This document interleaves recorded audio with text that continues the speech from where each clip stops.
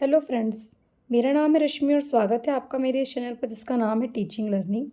जैसा कि आप सभी जानते हैं कि मेरे इस चैनल पर हम बात करते हैं टीचिंग से रिलेटेड चीज़ों के बारे में और आप लर्न करते हैं बहुत कुछ। तो हमारे इस चैनल पर जो अभी सीरीज़ चल रही है वो चल रही है DEC की diploma in early childhood care and education, जो एक एनटीटी कोर्स है जो इग्नू के द्वारा होता है। यहाँ पर हमारे इस चैनल पर हमने जो अभी एग्ज़ाम्स होने वाले हैं जून में टर्म एंड एग्ज़ामिनेशन 2024 के 7, 8 और 10 जून को होने वाले, इसकी प्रिपरेशन करा रहे हैं।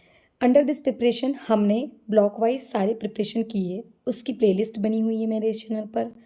DEC 1 की सारी प्लेलिस्ट, DEC 2 के सारे ब्लॉक्स की और DEC 3 के सारे ब्लॉक्स की। ब्लॉक्स के साथ साथ इन ब्लॉक्स में जो अलग अलग यूनिट्स दिए हैं, यूनिट के पॉइंट टू पॉइंट मैंने एक्सप्लेन किया है और जहाँ ज़रूरत पड़ी है वहाँ मैंने स्ट्रक्चर्स, फार्मूलाज, चार्ट्स वगैरह दिखाए हैं उन वीडियोज़ में भी। प्लीज़ जाके चेकआउट करिए। और मैंने आपसे कहा था कि मैं अलग अलग सेशंस के आपको क्वेश्चन पेपर की भी तैयारी कराऊंगी, जो अब अभी हम कर रहे हैं हमारे इस सीरीज़ में। तो इसकी भी प्लेलिस्ट बनी हुई है जिसमें हमने DEC 1 के लगभग 5 सेशन के पेपर्स की प्रैक्टिस करी हुई है और कुछ पेपर्स मैंने, जो भी पेपर्स मेरे पास अवेलेबल थे अलग अलग सेशंस के, वो मैंने दिखाए हैं। तो आप जाके मेरे वो भी प्लेलिस्ट को देख लीजिए ताकि आपके एग्ज़ाम्स में आपकी हेल्प हो। तो चलिए, DEC 2 के हमने 2 सेशन के पेपर्स की प्रैक्टिस की हुई है। अब हम तीसरे पेपर की प्रैक्टिस कर रहे हैं जो है टर्म एंड एग्जामिनेशन जून 2022 का पेपर। तो चलिए हम देखते हैं चाइल्ड हेल्थ एंड न्यूट्रिशन, बाल स्वास्थ्य एवं पोषण जिसको हिंदी में बोलते हैं, उसकी पेपर की। जैसे कि आप सभी जानते हैं पेपर हमारा 100 नंबर का होता है, यानी 5 क्वेश्चन करने होते हैं। तो उसी चीज़ को माइंड में रखते हुए आपको करना है, करवाऊंगी मैं सारे, करना आपको यानी 5 है जो बहुत अच्छे से आते हों। दूसरी इंपॉर्टेंट बात है, क्वेश्चन पेपर को ध्यान से पढ़िएगा सबसे पहले, उसके बाद डिसाइड करिएगा कि कौन से क्वेश्चन आपको करना है। पॉइंट टू पॉइंट आंसर लिखिएगा जैसे मैं आपको अभी बता रही हूँ। जहाँ जहाँ पॉइंट नहीं है मैं आपको बता रही हूँ कि कैसे उनको पॉइंट में लिखना है। उससे ज़्यादा इंपॉर्टेंट बात ये है कि आप अच्छे से रिप्रेजेंट करिएगा आंसर्स को, ठीक है। तो चलिए, और एक बात बताना है मुझे आपको कि कुछ क्वेश्चन जो है बार बार पेपरों में रिपीट हो रहे हैं, आप देखिएगा। पेपर नंबर 1, पेपर नंबर 2, आज पेपर नंबर 3 में करा रही हूँ, इसमें भी तो वो क्वेश्चंस आने की संभावना ज़्यादा है। लगभग वही वही क्वेश्चंस रिपीट होते हैं हर पेपर्स में कुछ कुछ सेशंस के बाद। तो चलिए स्टार्ट करते हैं। DEC 2 का क्वेश्चन नंबर 1 हम देखते हैं, ठीक है। Explain the concepts of health and give its 5 dimensions. आपको हेल्थ के कॉन्सेप्ट्स को बताना है और उसके 5 डायमेंशंस बताना है। What is health? मैंने आपको जब पढ़ाया तब बताया, हेल्थ का मतलब बिल्कुल भी ये नहीं होता है कि कोई व्यक्ति बहुत ही हट्टा कट्टा मोटा, हाइट हेल्थ उसकी बढ़िया है, आँखें चमकदार हैं तो वो हेल्दी है, नहीं। देखिए डेफिनेशन इंग्लिश में लिखी हुई है, मैं हिंदी में भी आपको समझाती हूँ। Health is a state of overall well being, वो व्यक्ति जो बिल्कुल वेल बींग है, किस किस पे? फिजिकल, है ना, physically, mentally, socially, individual life, उसकी पूर्ण तरीके से उसकी लाइफ अगर अच्छी है, हेल्दी है, तो वो कहलाएगा, वो व्यक्ति कहलाएगा एक हेल्दी व्यक्ति। ऐसा नहीं है कि कोई की हाइट बहुत अच्छी है, हेल्थ बहुत अच्छी, आंखें चमकदार है, बाल बहुत अच्छे हैं, लेकिन वो मानसिक रूप से अस्वस्थ है तो वो हेल्दी है, नहीं। हेल्दी होने की डेफिनेशन ये होती है physical, mental, social, economical, even economical जो यहाँ ऐड नहीं है वो भी आप ऐड करिएगा।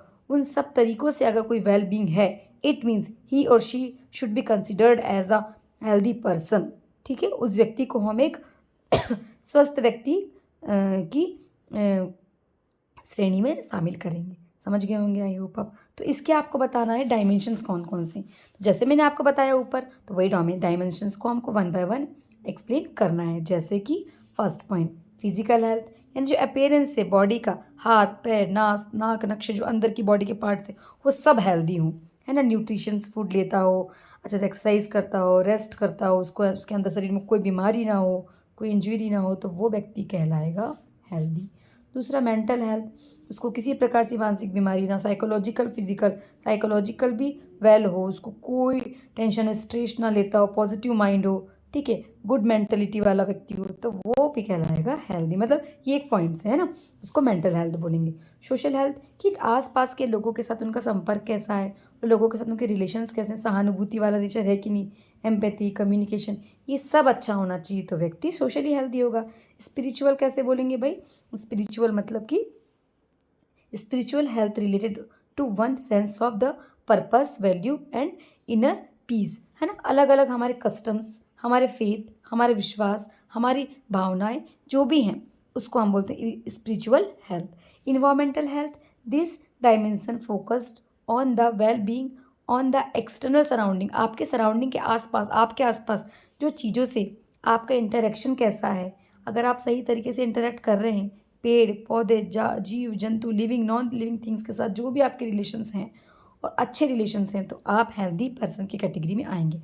तो ये सारे जो पॉइंट्स हैं, लगभग 5-6 पॉइंट्स, है ना। ये देखिए, physical health, mental health, social health, spiritual health and environmental health, ये हैं क्या, इसके डायमेंशन, किसके, फिजिकल हेल्थ के 5 डायमेंशन। आई होप समझ में आया होगा।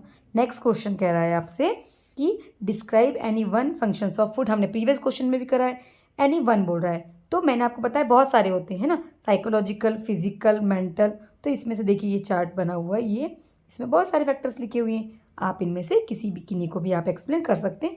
हमने प्रीवियस पेपर में भी करे हैं, तो आप वहाँ से जाके थोड़ा सा और अच्छे से देख लीजिएगा। मैं बार बार वही वही क्वेश्चंस को आपको समझाऊंगी नहीं, जहाँ लगता है बहुत कुछ समझाना है वहाँ हम समझेंगे। तो ये पॉइंट है, इनको आपको एक्सप्लेन करना है, ठीक है। Question number 2, explain the concepts of food group and how it can be use to prepare balance diet, giving examples. आपको बताना है कि कौन कौन से कॉन्सेप्ट, फूड ग्रुप के कौन कौन से कॉन्सेप्ट्स हैं, और एक फूड प्रिपेयर करने के लिए, बैलेंस फूड प्रिपेयर करने के लिए किन किन चीज़ों की आवश्यकता होनी चाहिए, कि एक एग्जाम्पल के साथ आपको बताना है। तो देखिए, अगर आप बैलेंस फूड की बात करते हैं तो आपके बैलेंस फूड में क्या क्या चीज़ें इंक्लूड होना चाहिए, सारी न्यूट्रिएंट्स चीज़ें। What are the nutrients, carbohydrate, protein, vitamin, minerals, सब। तो ये किस किस से मिलेगा, चलिए हम देखते हैं। देखिए लिखा हुआ है आपके इसमें फ्रूट, एक fruits and vegetables. Fruits and vegetables आपके वेल डाइट्स में इंक्लूड होना चाहिए। इसमें अलग अलग जो मौसमी फल होते हैं, क्योंकि हर मौसम, हर फल हर मौसम में नहीं मिलता है, लेकिन आजकल मिलने लगे, लेकिन फिर भी अपने हर सीज़न और इन्वायरमेंट के अकॉर्डिंग आप क्या करिए, फ्रूट्स को इंक्लूड करिए बैलेंस डाइट में। ग्रेन्स, अलग अलग अनाज, जिन जिन एरियाज़ में जो जो अनाज मिलता है उन सबको ऐड करिए। इसमें फाइबर होता है, इसमें कार्बोहाइड्रेट होता है, अलग अलग फाइबर्स होते हैं जो हमारे खाने को पचाने में बहुत हेल्प करते हैं। प्रोटीन, प्रोटीन रिच फूड जितने भी हैं, पोइट्री आइटम्स हो सकते हैं, आपके दालें हो सकती हैं, आपका मीट वगैरह वगैरह वाली चीज़ें हो सकती हैं जो आपकी टिश्यू रिपेयर्स वगैरह में हेल्प करते हैं, ठीक है। फिर डेयरी प्रोडक्ट्स को आप इंक्लूड करिए, डेयरी प्रोडक्ट्स, है ना, मिल्क के जितने प्रोडक्ट्स हैं, दूध, दही, घी, कर्ड, ठीक है, पनीर, ये सब चीज़ों को, ठीक। इसके बाद फैट के लिए आप क्या करेंगे भाई, मैंने आपको बताया ना अभी कि आप ऑयली वाली चीज़, जैसे कि आप फूड फैट जो सोर्सेस है वो एनिमल फैट सोर्स भी होता है और प्लांट फैट सोर्स भी होता है, तो दोनों को आप इंक्लूड कर सकते हैं। तो इन सारी चीज़ों को, ये सारी चीज़ों को आप इंक्लूड करेंगे, 5 से 6 चीज़ों को, और इनको इंक्लूड करके जो डाइट तैयार करते हैं उसको हम बोलते हैं बैलेंस डाइट, ठीक है। Describe the functions of protein. Protein के क्या फंक्शंस हैं, क्या फंक्शंस है भाई, देख लीजिए। फर्स्ट है बिल्डिंग ब्लॉक, ये हमारी बॉडी के फॉर्मेशन में अलग अलग organs, muscles, nails, hair repair, सब में हेल्प करता है ग्रोथ में। एंजाइम्स, अलग अलग बॉडी के काम करने के लिए अलग अलग एंजाइम्स काम करते हैं, ठीक। कि जितने भी अलग अलग मोटे मेटाबॉलिक एक्टिविटी हमारी बॉडी में हो रही है उन सबको अलग अलग एंजाइम्स भी ही रोल प्ले करते हैं। फिर इम्यूनिटी, यानी कि हमारे शरीर में हर बार मच्छर के काटने से मलेरिया नहीं होता है, हर बार कॉन्टेमिनेटेड फूड खाने से भी हम बीमार नहीं पड़ते। क्यों, क्योंकि उस समय हमारी बॉडी की इम्यून सिस्टम उन चीज़ों से लड़ता है और हमारी रक्षा करता है। इट मीन्स हमसे क्या सीखे कि हमारा इम्यून सिस्टम हमेशा स्ट्रांग होना चाहिए, जिससे हमेशा हम स्वस्थ रहें, ठीक है। उसके बाद ट्रांसपोर्ट, मतलब हमारी बॉडी के अलग अलग पार्ट में ऑक्सीजन का पहुंचना, ब्लड का पहुंचना, तो ये भी चीज़ें इंपॉर्टेंट है ना। प्रोटीन ये भी काम करता है। फिर हार्मोन्स तो मैंने आपको बताया ही ना, जैसे कि अब एंजाइम्स बताया, उसी प्रकार हार्मोन्स होते हैं, अलग अलग हार्मोन्स का हमारी बॉडी में अलग अलग काम, जैसे कि एंजाइम्स का काम है, ठीक है। इसके बाद है मसल्स कॉन्ट्रैक्शन। आपने देखा है हमें अलग अलग काम करने के लिए हमारी मसल्स अलग अलग तरीके से काम करती हैं, तो प्रोटीन उसको कॉन्ट्रैक्शन और रिलैक्सेशन का काम करता है, यानी मूवमेंट में काम करता है। सेल स्ट्रक्चर आप देख ही रहे हैं, हमारी बॉडी में अलग अलग बॉडी पार्ट, अलग अलग प्रकार के सेल्स, टिश्यूज से बने हुए हैं, तो उनके फॉर्मेशन में भी कौन हेल्प करता है, प्रोटीन। तो overall these all are the important, ये सभी इंपॉर्टेंट पॉइंट्स हैं जिनको प्रोटीन के फंक्शंस हैं ये सब, ठीक है। The next question is what are the, third number का क्वेश्चन है, what are the nutrients and requirement of which increase during lactation, कौन कौन से न्यूट्रिएंट्स की हमें ज़रूरत पड़ती है जो लैक्टेशन को के टाइम ज़रूरत है, जिनकी लैक्टेशन मतलब जब कोई माँ किसी बच्चे को दूध पिला रही है, ठीक है। Give the reason for increase in nutrients need, आपको बता रहे हैं न्यूट्रिएंट्स नीड की आवश्यकता इंक्रीज़ करने के लिए कि क्यों ज़रूरत है और किन किन चीज़ों को आप इंक्लूड करेंगे। तो एनर्जी वाले फूड हमको इंक्लूड करना पड़ेगा, ठीक है, जिससे कैलोरी मिली। प्रोटीन वाले फूड हमको इंक्लूड करना पड़ेगा जिससे बॉडी में टिश्यूज़ का फॉर्मेशन हो, ठीक है। कैल्शियम, क्योंकि बच्चे को अब लगातार दूध पिला रहे हैं और जो भी दूध हमारा बच्चा किसी माँ से पीता है तो उस दूध के माध्यम से ही सारे nutrients, what are the nutrients, calcium, protein, vitamin, minerals, ये सब मिलते हैं। तो दूध में कैल्शियम हो, मतलब माँ के आहार में कैल्शियम होना ही चाहिए। वो डाइट डेयरी प्रोडक्ट्स में भी हो सकता है और प्लांट प्रोडक्ट्स में भी हो सकता है। विटामिन डी भाई बोन्स के फॉर्मेशन में सबसे ज़्यादा रोल प्ले करता है, तो वो होना ही चाहिए खाने में। फिर है फोलेट, जिसको हम फॉलिक एसिड वगैरह भी बोलते हैं, तो वो भी होना चाहिए, जो ग्रोथ में हेल्प करता है, डीएनए वगैरह में हेल्प करता है। फिर आयरन ब्लड के फॉर्मेशन में हेल्प करता है, जो माँ से बच्चे को मिलता है, और माँ और बच्चे दोनों में ही ब्लड की मात्रा को बना के रखता है, जिससे एनीमिया ना हो। एनीमिया मतलब deficiency of iron, like blood की कमी ना हो। फिर फ्लूइड मतलब लिक्विड की कमी नहीं होना चाहिए, कोई भी लिक्विड, जैसे कि पानी लगातार हाइड्रेटेड रहे शरीर, या फ्रूट वगैरह भी ले सकते हैं जिसमें बहुत ज़्यादा पानी हो, ठीक। समझ में आया होगा आपको। तो ऐसी चीज़ें हमें उस माँ को देना है जो अपने बच्चे को दूध पिला रही है, और ये कारण है। क्या कारण है? कारण भी आपको बताई हूँ मैंने और न्यूट्रिएंट्स भी आपको बताई हूँ। चलिए, what are the consequence of not providing nutrients meal to the women during pregnancy.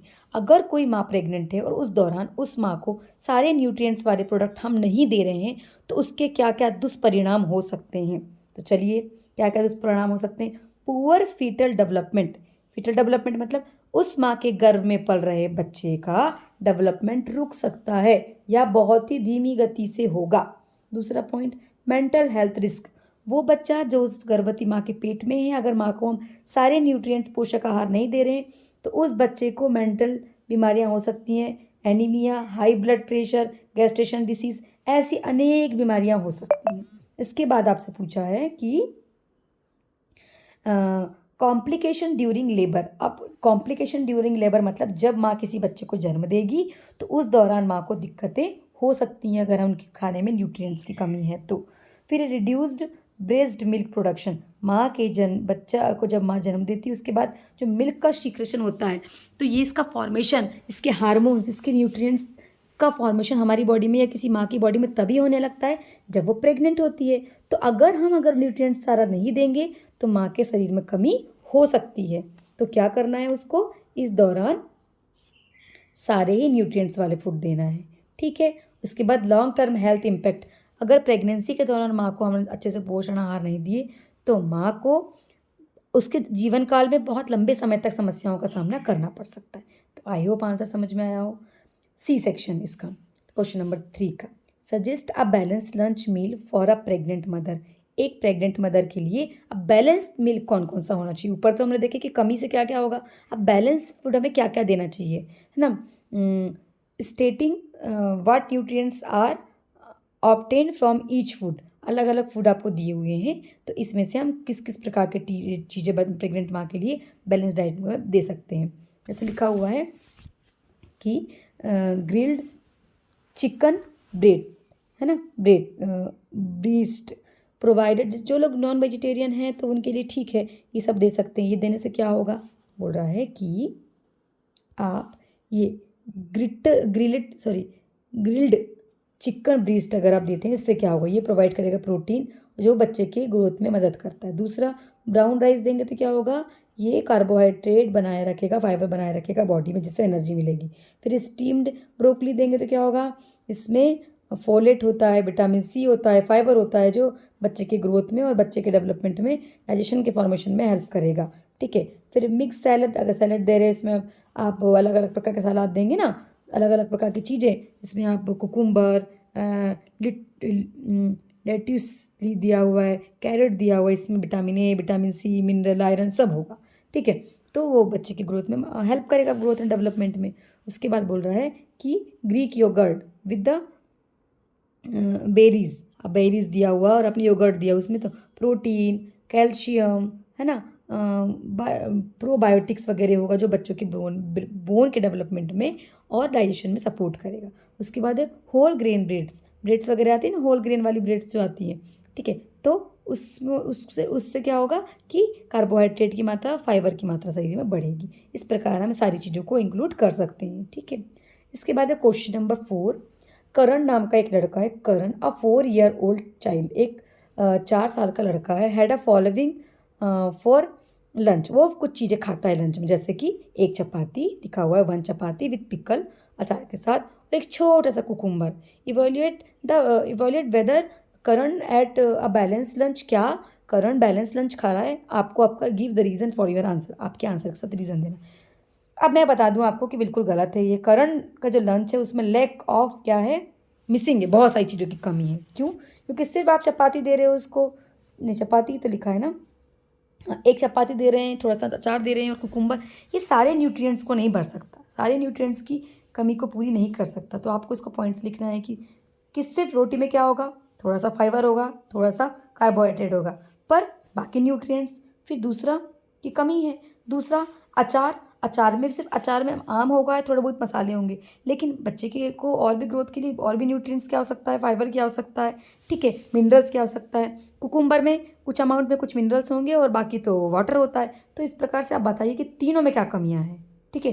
तीनों की बहुत कमियां हैं और ये बैलेंस डाइट का फॉर्मेशन नहीं करते, क्योंकि आप दूध नहीं दे रहे हो, आप पोल्ट्री आइटम्स नहीं दे रहे हो, आपने प्रोटीन आइटम्स नहीं दिया, तो ये भी कमी है। इसको आप 4 से 5 पॉइंट बना के लिख सकते हैं। इस प्रकार आप अपने आंसर्स को कंप्लीट कर सकते हैं। आई होप समझ में आया होगा।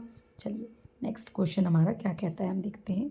ये कह रहा है कि be what food item should be included in the infant diet in the following age group दिया हुआ है छोटे बच्चे की।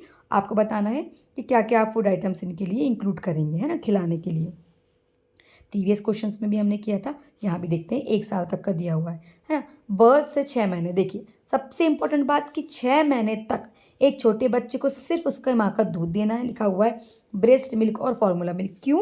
रीज़न इज़ दैट कि जो छोटा बच्चा है, जो 6 महीने का है, उसका डाइजेस्टिव सिस्टम इतना स्ट्रांग नहीं होता कि बाकी चीज़ों को पचा सके, सिर्फ वो अपने माँ के दूध को ही अच्छे से डाइजेस्ट कर पाता है। उस दौरान माँ के मिल्क में वो सारे न्यूट्रिएंट्स होते हैं जो छोटे बच्चे को आवश्यक होते हैं, ठीक है। दूसरी, 6 से 9 महीने के बच्चे को अब हमको थोड़ी थोड़ी चीज़ें इंक्लूड करना है, जैसे कि सूप के फॉर्म में, है ना, बिल्कुल दलिया के फॉर्म में, खिचड़ी के फॉर्म में आप इंक्लूड कर सकते हैं। क्यों? क्योंकि जो लिखा हुआ है ना, pureed fruit and vegetables, rice, cereals and oatmeal वगैरह आप मील वगैरह यूज़ कर सकते हैं। रीज़न, क्योंकि इस स्टेज में बेबी अब स्टार्ट कर रहा है ग्रोइंग, है ना, अलग अलग सॉलिड फूड आप उसको इंट्रोड्यूस करा सकते हैं जो उसकी ईटिंग हैबिट्स और डाइजेस्टिव सिस्टम को भी स्ट्रॉन्ग करने में हेल्प करता है। 9 महीने से 12 महीने का बच्चे प्रॉपर खाना खाना स्टार्ट कर देते हैं। बहुत ज़्यादा हैवी खाना नहीं खिलाते हैं उनको, जैसे मेज्ड प्रोटीन, आप दाल खिलाइए, चावल खिलाइए, सॉफ्ट कुक्ड वेजिटेबल्स खिला दीजिए, फ्रूट्स खिला दीजिए, स्मॉल आप पास्ता और राइस खिला सकते हैं, योगर्ट, चीज़ खिला सकते हैं। रीज़न, क्योंकि अब उसका डाइजेस्टिव सिस्टम इतना स्ट्रांग हो गया है कि सारी अलग अलग टेक्सचर वाली चीज़ों को खाएगा, वो इनके साथ खेलेगा, कूदेगा, इंटरेक्शन करेगा, जिससे उसकी फूड हैबिट्स डेवलप होती है और ग्रोथ डेवलपमेंट में भी हेल्प करता है। Question number 5, what are the causes and symptoms of anaemia and preventive measures to control it. Anaemia क्या होता है, इसको बताना है, और प्रिवेंटिव मेजर्स क्या होते हैं। एनीमिया देखिए एक ऐसी बीमारी जिसमें खून की कमी हो जाती है, इसके बारे में हमको बताना है, और डिफिशियंसी को कम करने के लिए अब क्या करेंगे, देखते हैं कॉजेस ऑफ एनीमिया। एनीमिया का कारण क्या क्या है? आयरन की डिफिशियंसी, शरीर में आयरन की कमी हो जाने से एनीमिया हो जाता है। विटामिन डिफिशियंसी, अलग अलग विटामिन की डिफिशियंसी, जैसे B12 और फॉलिक एसिड की कमी होने से भी एनीमिया हो जाता है। क्रोनिक डिसीज़ मतलब कुछ ऐसी डिसीज़ हैं जो आपको जन्मजात से हैं, जिनके कारण भी हमारे शरीर में ब्लड की कमी हो जाती है। जैसे किडनी से रिलेटेड डिसीज़ है, तो किडनी से ब्लड फिल्टर नहीं होगा तो ब्लड के कारण अलग अलग बीमारियां हो सकती हैं। फिर ब्लड लॉस, कभी कभी क्या होता है कि किसी किसी को ऐसी बीमारियां हो जाती हैं जो लगने पर, कटने पर कंटिन्यू ब्लड बहता है, जिससे एनीमिया हो सकता है, ठीक है। अब सिम्टम्स ऑफ एनीमिया क्या क्या सिम्टम्स हैं? Fatigue, pale skin, weakness, dizziness and high headaches, फिर है शॉर्टनेस ऑफ ब्रीथ, सांस स्लो स्लो लेना, कमजोरी, वीकनेस, स्किन सिकुड़ जाना, स्किन का वाइट हो जाना, हाथ ठंडे पड़ना, फीट ठंडे पड़ना, हेडेक होना, शरीर में दर्द होना, हार्ट बीट का बहुत इरेगुलर होना, और ऐसे बहुत सारे और भी पॉइंट्स हैं जो किसी को। अब प्रिवेंटिव मेजर्स किसी को मतलब जिनको एनीमिया है उनको हो सकता है। प्रिवेंटिव मेजर्स क्या क्या होंगे, आप बचाव कैसे करेंगे? आपको उस व्यक्ति को जिसको एनीमिया है उसको बैलेंस डाइट देना है, जिसके बैलेंस डाइट में विटामिन्स, आयरन्स, मिनरल्स हों। साथ में आपको आयरन रिच फूड देना है जिसमें बीन्स, मीट्स, स्पिनच और फोर्टिफाइड सीरियल्स वगैरह हों। ठीक है, आपको क्या करना है, ट्रेस करते रहना है कि उसका आयरन या एनीमिया बैलेंस हो रहा है कि नहीं। ठीक है, और इस प्रकार से आप जो हैवी मेंस्ट्रुएशन वगैरह वो मैनेज रहे, उसके लिए टॉनिक या फिर आहार लेते रहना है, स्पेशली फॉर फीमेल्स, है ना। टेक सप्लीमेंट्स, अब मेडिसिन के फॉर्म में भी आता है, वो भी ले सकते हैं, टॉनिक्स वगैरह भी लेके, और अपना चेकअप कराते रहिए कि आपका आयरन लेवल बैलेंस्ड है कि नहीं। इस प्रकार से हम क्या कर सकते हैं, preventive measures. Next question B, what dietary advice will you give to prevent the following nutrients related disorder. ये डिसऑर्डर्स लिखे हुए हैं, ज़ेरोफ्थैल्मिया और पेलिग्रा। इसके लिए आप कौन कौन से प्रिवेंटिव मेजर्स अपनाएंगे? ज़ेरोफ्थैल्मिया मतलब ड्राई आइज जब किसी को हो जाती है तो क्या क्या हमको अपनाना है? Consume food rich in vitamin A, ऐसा आपको खाना लेना है जिसमें विटामिन ए हो, like carrot, sweet potato and leafy green, as vitamin A deficiency is an common causes of xerophthalmia. Vitamin A के कारण स्पेसिफिक ज़ेरोफ्थैल्मिया होता है, तो ऐसी चीज़ें खाइए जिनमें विटामिन ए हो, या विटामिन ए रिच सप्लीमेंट्स भी आप ले सकते हैं, है ना। अवॉइड अल्कोहल, आपको अल्कोहल स्मोकिंग वगैरह नहीं करना है। ठीक है, पेलिग्रा में क्या करना है, बैलेंस डाइट लेना है, meat, fish, poultry and leguminous plants या लिग्यूमिनस फीड्स लेना है या सीड्स लेना है। स्पेशली आपको विटामिन B3 लेना है, क्योंकि नियासिन होता है इसमें, जिसके कारण पेलिग्रा जिसकी कमी से होता है तो नहीं होगा। ठीक है, विटामिन B3 रिच सप्लीमेंट्स लीजिए, आप एक्सटर्नल भी ले सकते हैं और आप नेचुरल वे में भी ले सकते हैं। क्वेश्चन नंबर 6 इज दैट कि ए पार्ट देखते हैं क्वेश्चन नंबर 6 का। What is the services provided under the mid day meal programme and who are the beneficiaries? What are two objectives of this programme? सबसे पहले बताना है मिड डे मील क्या है, मध्याह्न भोजन क्या है, इसके लाभार्थी कौन कौन है, और इसके 2 आपको ऑब्जेक्टिव्स बताना है ना, इसके उद्देश्य क्या क्या है। चलिए, मिड डे मील क्या है भाई? मिड डे मील वो होता है जिसमें अ प्रोग्राम प्रोवाइडेड, ये गवर्नमेंट के द्वारा प्रोग्राम प्रोवाइड किया गया है हमारे इंडिया में। इसमें छोटे छोटे बच्चों को खाना दिया जाता है। ठीक है, स्कूल्स में भी दिया जाता है, स्पेशली स्कूल्स में प्राइमरी और मिडिल लेवल पर दिया जाता है। ऑब्जेक्टिव्स क्या है मिड डे मील के? न्यूट्रिशंस, कि बच्चों को प्रॉपर न्यूट्रिशंस वाला भोजन मिले, पोषण आहार वाला भोजन मिले, जिसकी कमी के कारण बच्चों को अलग अलग बीमारियां हो जाती थी। ठीक है, जो अब उनको स्कूल में ही दिया जा रहा है तो वो तो खाना तो खाएंगे, साथ साथ में खाने के प्रलोभन के कारण क्या करेंगे, बच्चे स्कूल आएंगे तो इससे कौन सी हमारी ज़रूरत पूरी होगी? न्यूट्रिशन की तो होगी, साथ में एजुकेशन की भी हमारी ज़रूरत पूरी हो जाएगी। इस मिड डे मील के कारण हमारे देश में 70 to 80% परसेंटेज बढ़ा है एजुकेशन का। जो बच्चे स्कूल नहीं आते थे वो अब आने लगे हैं, क्यों? क्योंकि उनको ये लगता है कि अब खाना तो कम से कम मिल रहा है, तो इस प्रलोभन के कारण भी बच्चे स्कूल आने लगे हैं। तो खाने के साथ साथ उनको क्या मिल रहा है? एजुकेशन भी मिल रहा है। चलिए, नेक्स्ट भी है, what conclusion regarding the child's growth should be drawn if. अब नीचे पॉइंट दिया हुआ, आपको कौन कौन से कंक्लूजन आप करेंगे। The growth curve is flat, अगर ग्रोथ कर्व फ्लैट है तो क्या कंक्लूजन निकलता है? The red part comes opposite green in MUAC tape. MUAC tape क्या है? MUAC टेप एक ऐसा टेप है जो बच्चों की मेजरमेंट को नापता, जैसे कि मिड अपर आर्म सर्कमफेरेंस, हाथ की बाहों को मेज़र करने के लिए एक टेप का यूज़ करते हैं, उसकी बात की गई है। अगर वो रेड के अपोजिट ग्रीन है तो क्या क्या इंडिकेट कर रहा है? और red part comes opposite to the red, अगर रेड के अपोजिट है, एक मेजरमेंट का तरीका है। तो इन सब का क्या कंक्लूजन निकलता है वो बताना है। चलिए मैं आपको बता देती हूँ। अगर जो कर्व है, आपको ये कर्व वाला चीज़ें आपकी बुक में भी दी हुई है तो वहीं से पढ़ना है। तो आप एक बार, इसलिए मैं आपसे बार बार कह रही हूँ, थ्योरी जरूर पढ़िए, क्योंकि आपको समझ में नहीं आएगा MUA क्या है। क्वेश्चन आंसर कर लेने मात्र से सोल्यूशन नहीं निकलेगा, आपको कॉन्सेप्ट भी क्लियर होना चाहिए। तो फ्लैट ग्रोथ कर्व मतलब क्या होता है कि ऐसा एक कर्व बना हुआ है, ये देखिए, ये ग्राफ बना हुआ है, फ्लैट कर्व है, ऐसा है ना। कर्व कैसे जाना चाहिए? ऐसा जाना चाहिए, ठीक है। लेकिन जा कैसा रहा है? ये ऐसा, ठीक है। अब देखिए, मैं बोल रही हूँ कि कर्व कैसे जाना चाहिए? ऊपर की ओर, मतलब ऊपर की ओर जा रहा है मतलब ग्रोथ बढ़ रहा है, ठीक है। लेकिन अगर कर्व ऐसा है फ्लैट, मतलब कि कोई बच्चा है जिसमें ग्रोथ कांस्टेंट है, ग्रोथ बच्चे का नहीं हो पा रहा है, कांस्टेंट है, इट मीन्स कि उसका ग्रोथ प्रॉपर नहीं हो पा रहा, उसको न्यूट्रिशन की कमी है, उसको प्रॉपर न्यूट्रिशन दीजिए, उसको ग्रोथ में प्रॉब्लम हो रही है। ठीक है, नेक्स्ट बोल रहा है टेप के बारे में, है ना, red part opposite green in MUAC tape. तो इसमें क्या करना है हमको, बोल रहा है इसमें कोई दिक्कत नहीं है, यहाँ बच्चे का ग्रोथ प्रॉपर हो रहा है। ठीक है, ज़रूरत मतलब बाहें चेक करते हैं कि कितना उसकी मोटाई बढ़ी है, तो ठीक ठाक है, बहुत ज़्यादा मोटा भी नहीं है बच्चा, बहुत ज़्यादा दुबला भी नहीं है, ठीक ठाक है। लेकिन अगर red part opposite red in MUAC है तो बच्चा बहुत दुबला है, इसको अलग अलग न्यूट्रिएंट्स की कमी है जिसकी पूर्ति करना है पेरेंट्स को या फिर हेल्थ केयर सेंटर वालों को। अब जो ऊपर के सी बोल रहा है कि जो ऊपर के पॉइंट है उसके लिए आप क्या क्या एक्शंस लेंगे।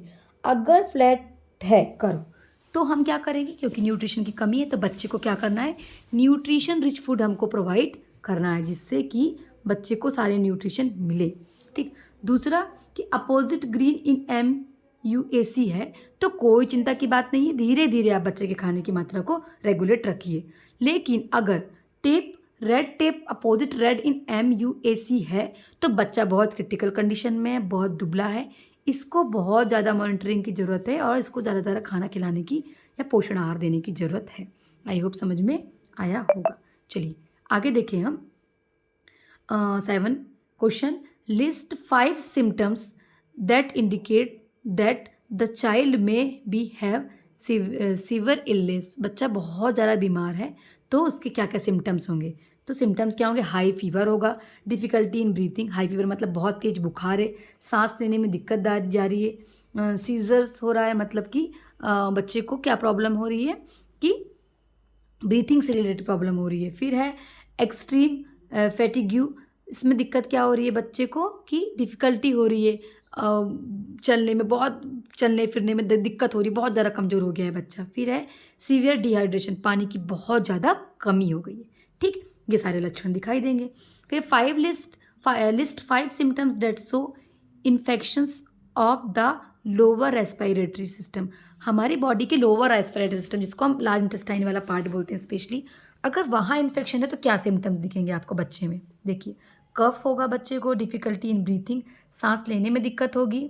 ठीक है, सॉरी लोअर रेस्पिरेटरी सिस्टम है, वो डाइजेस्टिव सिस्टम नहीं है, रेस्पिरेटरी सिस्टम मतलब कि अंदर वाला पार्ट, लंग्स वाले पार्ट में कोई दिक्कत है तो क्या होगा, कफ हो जाएगा बच्चे को, सांस लेने में बहुत ज़्यादा दिक्कत होगी, चेस्ट में दिक्कत होगी, बहुत ज़्यादा फीवर होगा, और फैटिग्यू मतलब कि सांस लेने में बहुत ज़्यादा और एनर्जी नहीं हो पा रही है, उसको चल नहीं पा रहा, फिर नहीं पा रहा, बहुत दिक्कत परेशानी हो रही है। ठीक है, इसके बाद है C portion, describe the first aid in case of burn. कोई जल गया है तो क्या फर्स्ट एड करेंगे, सेफ्टी फर्स्ट, उसको तुरंत लाएंगे, ये उसके जल्दी जल्दी जो भी पानी वानी ठंडक जो भी उसको प्रोवाइड कर सकते हैं, जैसे कूल है ना, द बर्न जो भी जला हुआ उसको ठंडक पहुंचाएंगे, 10-15 मिनट ठंडा ठंडा पानी डालेंगे, बर्फ अवेलेबल है जो भी है ना, ठंडक देंगे।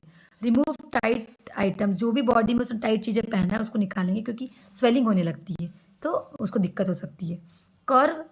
कवर द बर्न, जहाँ भी जला हुआ है उस पार्ट को कवर करेंगे, पेन रिलीफ देंगे। क्या नहीं करना है आपको, बैंडेज वगैरह नहीं लगाना, पट्टी वट्टी नहीं बांधना है। ठीक है, सीक मेडिकल हेल्प, तुरंत हमको मेडिकल हेल्प के लिए बच्चे को लेके जाना है। Last but not least, describe the symptoms of any one common ear infection. किसी भी एक कॉमन ईयर इन्फेक्शन हो गया है तो उसके क्या सिम्टम्स होंगे।